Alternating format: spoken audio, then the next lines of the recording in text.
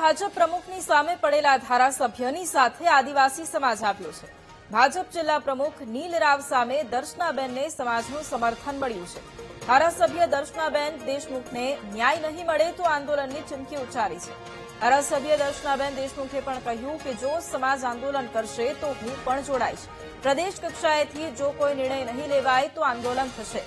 ધારાસભ્યએ કહ્યું નીલરાવ વિરુદ્ધ પ્રદેશ કક્ષાએ પુરાવાઓ રજૂ કરીશ। અત્યારે બનેલા સંગઠનને બદલવા ધારાસભ્યની માંગ છે। સંગઠન બદલવા માટે ધારાસભ્યને સમાજનો સહારો લીધો હોવાની ચર્ચા છે। સંગઠન નહીં બદલાય તો વિધાનસભામાં મોટા નુકસાનની પણ ચીમકી ઉચ્ચારી છે।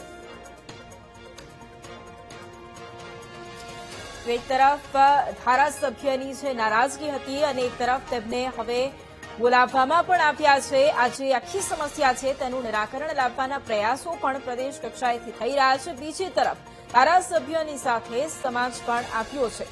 દર્શનાબેનનું કહેવું છે કે જો ન્યાય નહીં મળે તો આંદોલનની ચીમકી પણ ઉચ્ચારી છે અને બીજી તરફ સમાજની જે માંગ છે તેને યોગ્ય ગણાવી છે।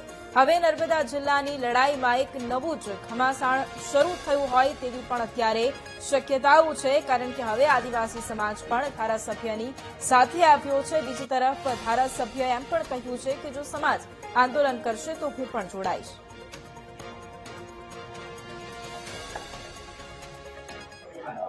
ગઈકાલે જે આખી ઘટના ઘટી અને એ ઘટનાના અનુસંધાનમાં સોશિયલ મીડિયા અને માધ્યમ થકી જે આખી વાતની ચર્ચાઓ ચાલી અને એ ચર્ચાઓના આધાર ઉપર આજે સમસ્ત ગુજરાત આદિવાસી વસાવા સમાજના પ્રમુખશ્રીનો મને ગઈકાલે જ ફોન આવ્યો હતો કે બેન અમે આપને મળવા માંગીએ છીએ અને આખો સમાજ આપની સાથે છે અને એના અનુસંધાનમાં જ સમસ્ત આદિવાસી વસાવા સમાજના પ્રમુખ શ્રી ચંદ્રકાંતભાઈ વસાવાજી એમની પૂરી ટીમ સાથે આજે મને મળવા આવ્યા છે, મને હૈયાધારણા આપવા આવ્યા છે, મને સાથ આપવા આવ્યા છે અને મને હિંમત આપવા આવ્યા છે કે સમાજ આખો એમની સાથે છે અને એની સાથે સાથે ગુજરાતના આદિવાસી અનેક બીજા સંગઠનો છે કે જે સંગઠનોએ મને ફોન દ્વારા એમણે મને માહિતી આપી છે અને એમણે કહ્યું છે કે બેન અમે તમારી સાથે છે। જ્યાં સુધી આદિવાસી સમાજની વાત આવતી હોય ત્યારે દરેક લોકો અમે તમારી સાથે રહેવાના છીએ।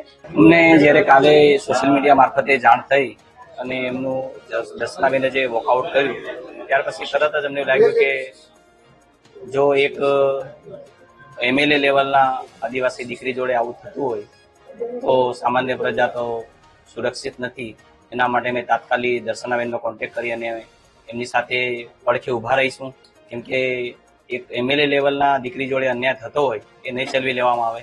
આવનાર સમયમાં દર્શનાબેન અને એમપી સાહેબના જે નિર્ણયો છે એ મુજબ આખો ગુજરાતનો સમાજ આદિવાસી સમાજ એમની જ પડખે ઉભા રહીશું। ખરેખર તો એવું છે કે ભાઈ જ્યાં વસ્તી જ અમારી વધારે હોય અને દર્શનાબેન જેવા અમારા ધારાસભ્ય હોય અને એના લેવલ પ્રમાણે એની જે પ્રોટોકોલ હોવો જોઈએ પ્રોટોકોલ ના જળવાતો હોય તો એ અમારા માટે અમારું અપમાન કહેવાય।